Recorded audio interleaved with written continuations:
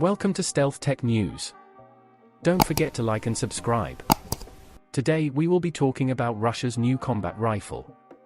The AK-12 was developed by IZHMASH factory as a private venture both for domestic use and export market.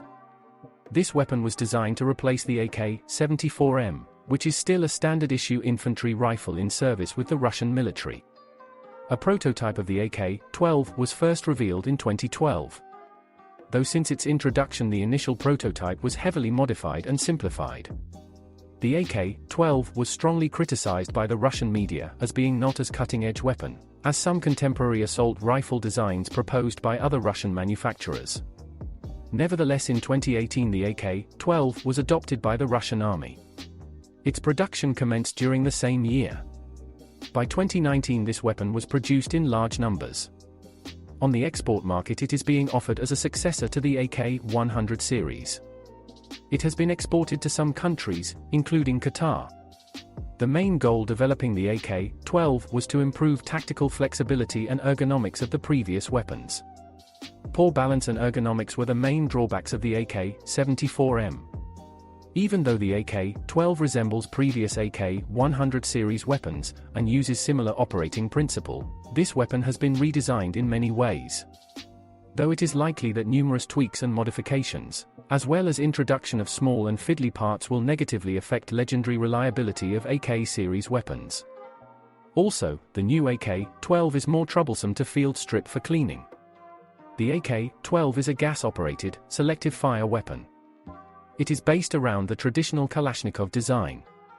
It is expected to be simple, rugged, and reliable weapon as its predecessors. This new assault rifle is planned to be available in two versions. The light version is chambered for 5.45 by 39 mm Soviet, or 5.56 by 45 mm NATO ammunition, while the AK-15 is the heavy version, chambered for a more powerful 7.62 by 39 mm Soviet, or 7.62 by 51 mm NATO rounds. The barrel of the AK-12 has revised rifling for improved accuracy. The old AK-74 has inferior accuracy to most Western assault rifles of the period. Early prototype of the AK-12 had a new ambidextrous safety fire mode selector lever. It was located above the pistol grip, on both sides of the weapon.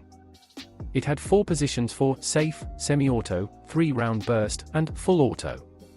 The combined safety and fire mode selector lever can be operated by a thumb, without releasing the pistol grip.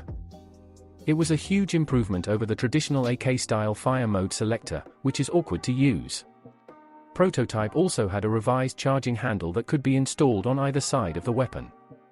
However, for some reason on later prototypes this arrangement was dropped in favor to the traditional fire mode selector and charging handle. Also, a 3-round burst mode was replaced on production model by a 2-round burst mode. This new assault rifle is compatible with a standard 30-round AK-74 magazines, as well as 45-round magazine of the RPK-74 light machine gun. Newer magazines for the AK-12 allow to see how many rounds are left in the magazine.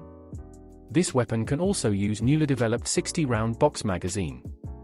Originally the AK-12 had a side-folding, adjustable telescopic stock, which folded to the right side. However, improved models of this assault rifle have a telescopic stock, which resembles that of the US M4 carbine. This stock can be folded sideways. The new assault rifle has iron sights as standard. Sighting range is 800 m. There is also an integral Picatinny-type rail at the top of the cover. It is used to mount various scopes and night vision sights. There are also accessory rails at the forend. Bottom section of the forend is also available without rail. The plain version accepts standard GP-25 or GP-30-40 mm under-barrel grenade launchers. The AK-12 has a redesigned muzzle brake, which now has a standard NATO diameter.